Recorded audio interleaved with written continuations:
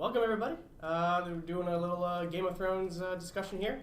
I got Josh, Carlton, you know me, and we freaking love Game of Thrones, and we wanted to do a little video talking about it. So here we are on our lunch break at work, obviously. You can see Carlton munching down on some stuff. Absolutely.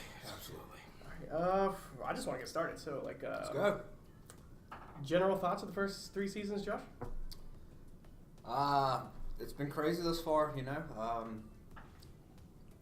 I don't know where we're going. At this point, I'm totally confused. I don't know where this is going at all. It's thrown me a curve. Well, then you're going to do terrible with all my questions. I have no idea. I can make some stuff up on the fly. We're in trouble. I'm in trouble.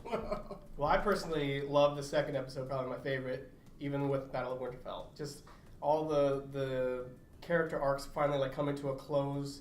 All the interpersonal relationships, freaking amazing, man. I loved it. Personally, I like the first episode. More importantly, because it's the recreation of the beginning of this whole thing, right? It's almost like, you get a book, you're reading that book, and then it goes on for pages and pages or series of additional books, and then the arc is always the same, right? Where you start is always almost where you are going to end, right? So I feel like that first episode was... There's so many callbacks. So to the very first episode. So much. And it part of it, too, is it makes you remember. It makes you, in my mind, I don't know about you guys, it makes you legitimately want to go back and look at episode 1. Mm-hmm. Or some things you watch don't ever do that. You just want to watch this season and move on. Yep, you're just done. Yeah. New series instead of actually going to see the first part of that. It makes me feel like going back and rewatching the whole first series because of the tie-ins, right? The callbacks. God, there's so many. Yeah. Right. You've definitely seen a lot more of those, I feel like, this season where they've tied things back in from places that you're not even thinking about anymore. Like, oh, wow, what's that? Like, that was mentioned at this point so far back, you know? It's crazy, these writers. All right, well, I got my first question besides quick general thoughts. For me, how high was Arya on your list to defeat the Night King? Now, she wasn't in my top 3 people to kill the Night King at all. It was probably, for me, going to be Jon, Dany, or Bran somehow with his magic.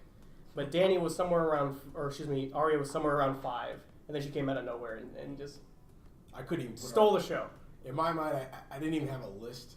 I had such a short list because I just felt it was either going to be 1 or 3 people top end, right? You know, it was either going to be Jon, it was going to be Dany, it was going to be freaking maybe, the imp gets it done. I don't know. You know what I mean? Like, it was not like, from the crypts. That would be like the only one. Like, he got to the crypts and then something like that. But I will say this: having Arya do it was money. Because when it's all said and done, up until this point, all you think to yourself is, how legitimate of a badass is this woman? This little girl is a straight badass. And it'd be awesome if she did it, but there's no way. And then they do it, and you're like, fuck yeah. Yeah.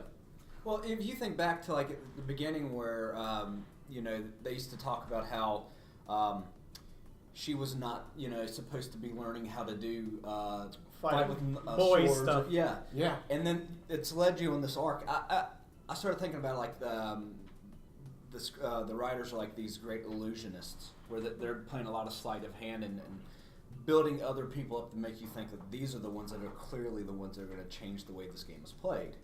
And then you have players who are put on board that you realize have big roles, and all of a sudden, out of nowhere. I mean, that whole episode, at no point had I put it together, like, she's the one that's going to do this. Not until, and you're like, oh my God. I remember telling you several times, I jumped off my freaking couch going, are you for the win? That's right. It's insane. Probably everybody did. I mean, I didn't expect it to play out that way. I fully expected like some hardcore stuff was going to go down right there, and we were going to go into episode 4 with like some fallout. I thought there was going to be a cliffhanger right there. Yeah. As soon as he slowly reaches, that was just going to go to black, and it was going to be the end of it. Yep. So. Yeah. All right. So my next question is: will Jon keep bending the knee to Dany now that he knows he's Aegon? That's a tough question. I keep coming back to, does Jon ever really want to be a king? I look at John as a blue collar dude, right? Yes. Oh, yeah. I'm a grinder, man. I get after it in life, period. Mm-hmm. Now, you're going to tell me that I can live the high life and act like a king. I'm not sure if that's even something he can do physically. So does he say to himself, if this is what you want to be the queen, is he going to be a Targaryen that abdicates the throne to her and says, you can still be the queen. I don't want to be the king. Right. I think that's who he is, personally. I don't believe that he's the other guy. And I think it'd be hard for him. I also believe, and this is my opinion, I believe that he'd rather die in the field of battle than actually become a king. Hmm.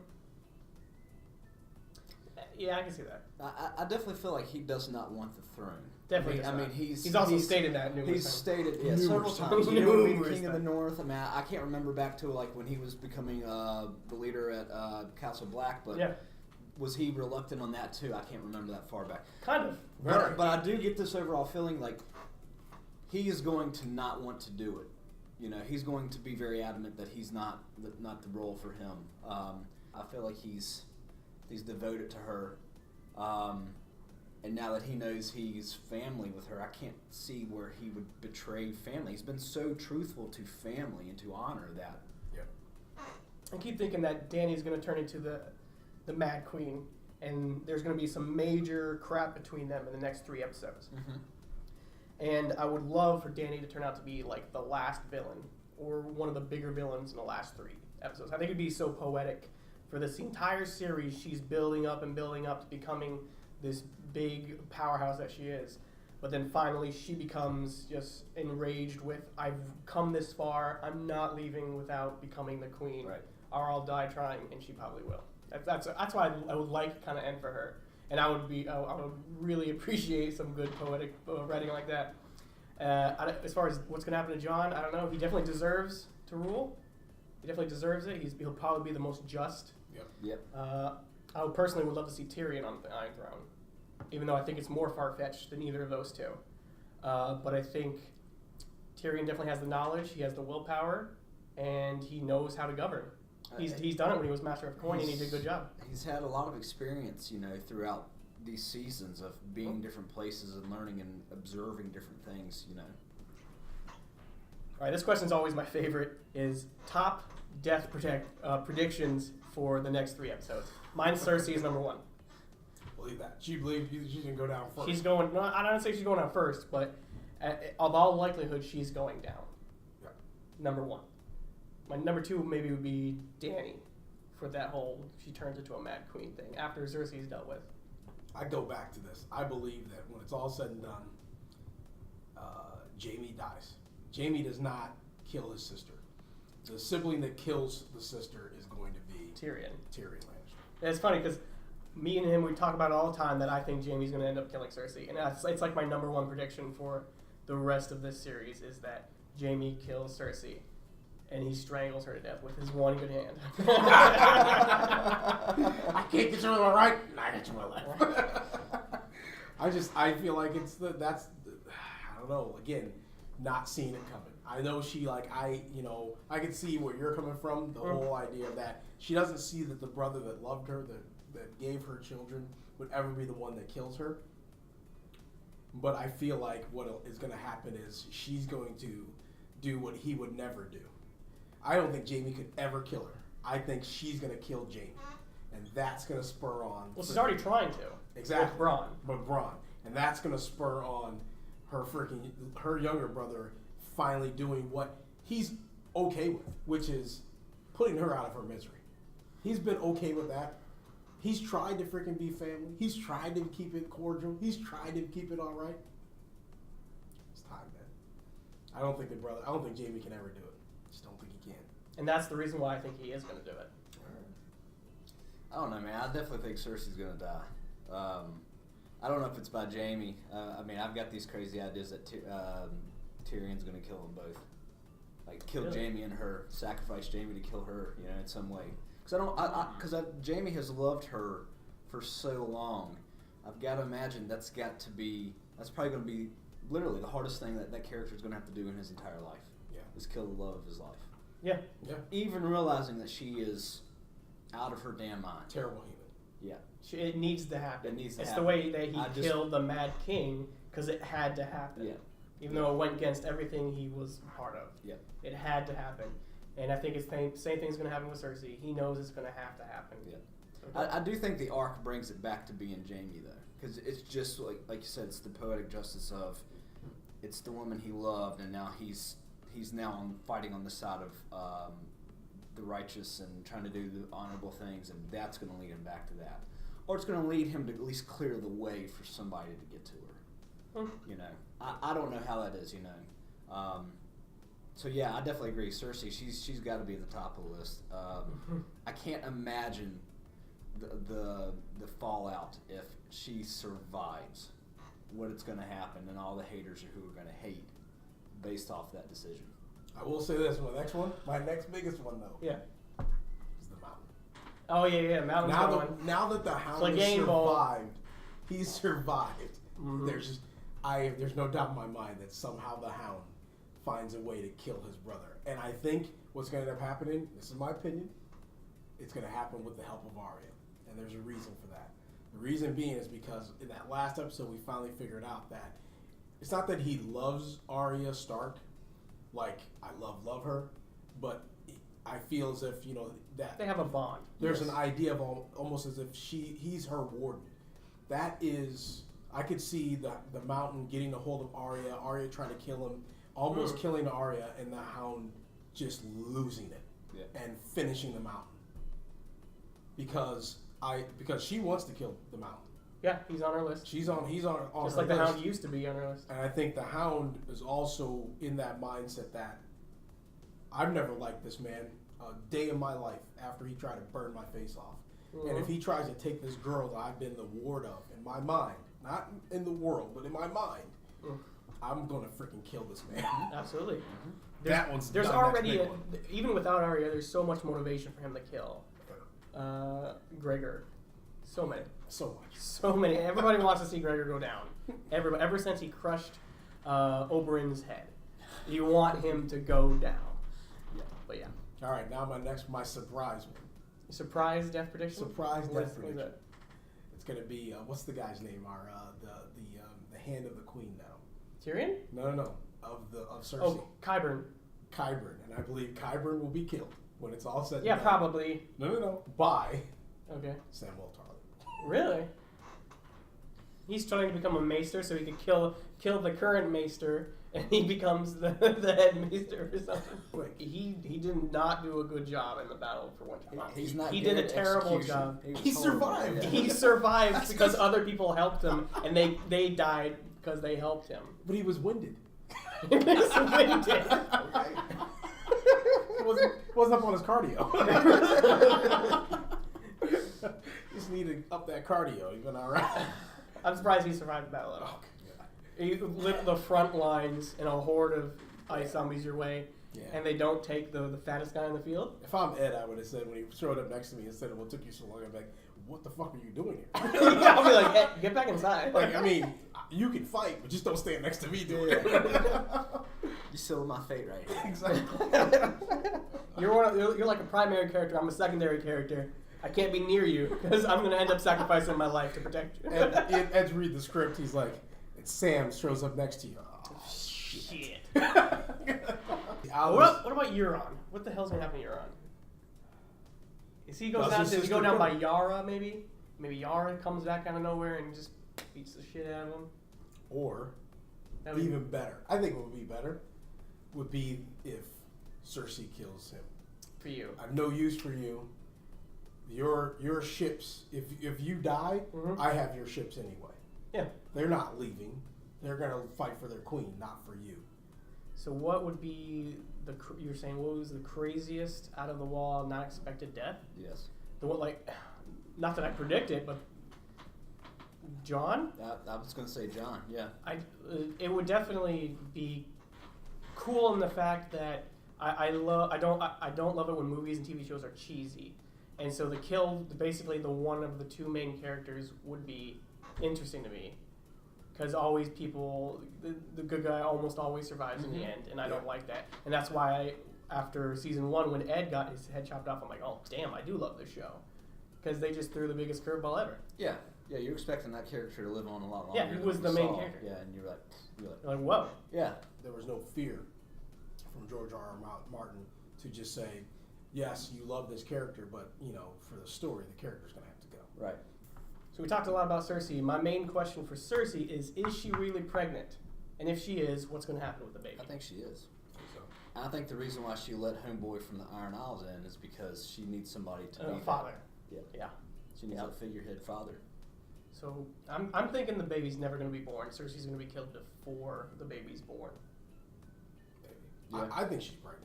When it's all said and done, that's why I feel like in the end Jamie won't be able to kill her. But that's just what I keep coming back to, because I think that Jamie knows, she knows that she has that love over him. She has that child over him. She has all these things over him. When we're talking about, that is something that she's never had over her little brother. Mm-hmm. So there's a scene in a show called Spartacus. It was, I think, on Showtime. And one of the gladiators ended up getting the head mistress of the house, whatever you call her, pregnant with his child. And during the rebellion that happened at the end of the first season, they overthrew everything. I think his name was Xerxes or something like that. He cornered her in like her bedroom or something, and he had a sword, and it was very somberful. He was kind of in love with her. She was kind of in love with him. But she was kind of like a lord or something, and he was just a lowly slave gladiator. And she goes something like, "Hey, remember, I'm pregnant with your child." And he says, "I would rather see this baby dead than to suckle at your teat." And then he just slid the knife into her belly.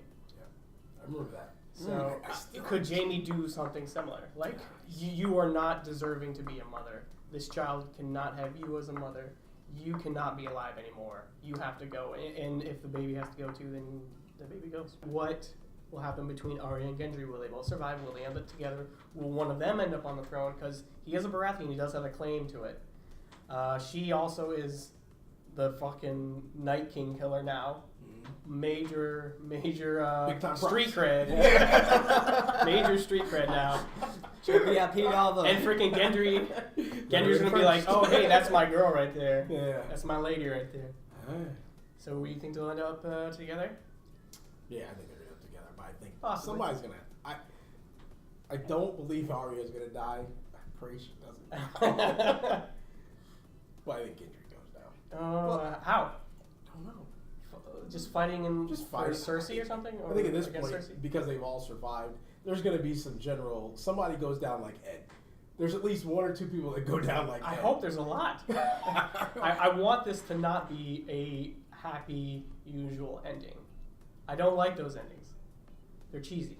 Honestly, I'm thinking to myself here, we've talked about all this poetic justice and whatnot coming back. Like, I don't see the other side of the table having enough major players left to start killing off major players. You know what I mean? Like, I don't. Like, can you imagine Arya, who's gone through this whole training to be a spy, who has taken down the Night King, dying from some Joe Blow who just happened to pick up a fucking sword for the king, to fight for Cersei? That's where I think Gendry goes I down. don't think it happens. I don't. I think in a big mash of human beings, Gendry goes Yeah, down. I think but Gendry, there's you people expect that. because he just kind of like, poof, yes. I'm here, and poof, I'm gone, I'm gone. for like 2 seasons, and poof, I'm back again on the boat. And you now know? I'm dead. And I did some things, and now poof, I'm gone again. So I've been waiting for this question. What is your favorite crazy fan theory that will probably not be true, but you want to be true? You guys already know mine. Peter Baelish is not dead. He's not dead. Are debunked theories still allowed at this point? He's not dead. It's too easy. Faceless Man took his place. He's alive. All right, mine. I'm going with Euron Greyjoy. Okay. Is not Euron Greyjoy. That he is. He's posing as Euron that he Greyjoy is the faceless man. to take out like Cersei or something. Kill Cersei. He's already had ample opportunities. But that's the thing. The faceless man doesn't have to come at it front ways. Just say, I'm going to kill her. He's going to get her to the point where everything is exactly where she wants her to be. And here comes Arya Stark for the kill, or Tyrion for the kill, and the next thing you know, this dude goes. And what? It's the wife or Jaqen? It's Jack. It's Jaqen. Jack and Agar? Jack and Agar. Cersei knows nothing. Euron Greyjoy was gone until he came back to take the. What happens if he? That's pretty crazy. Everyone believes that he is this guy. No, freaking that's my crazy fan theory that Euron Greyjoy is not Euron Greyjoy. That he is a faceless man. That's pretty off the fucking wall. I love it. Jack and Agar is not dead. No, because there's 100 of them apparently. Yeah.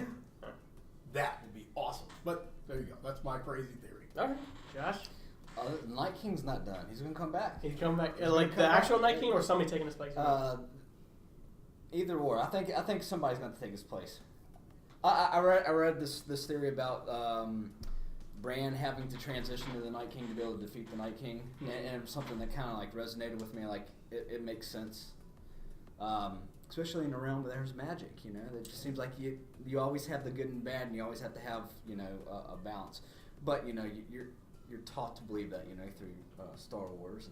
And there's a balance. Yeah, there's always a balance of power. Exactly, no balance. So I mean, I think it'd be something cool to see, like somebody has got to take that place.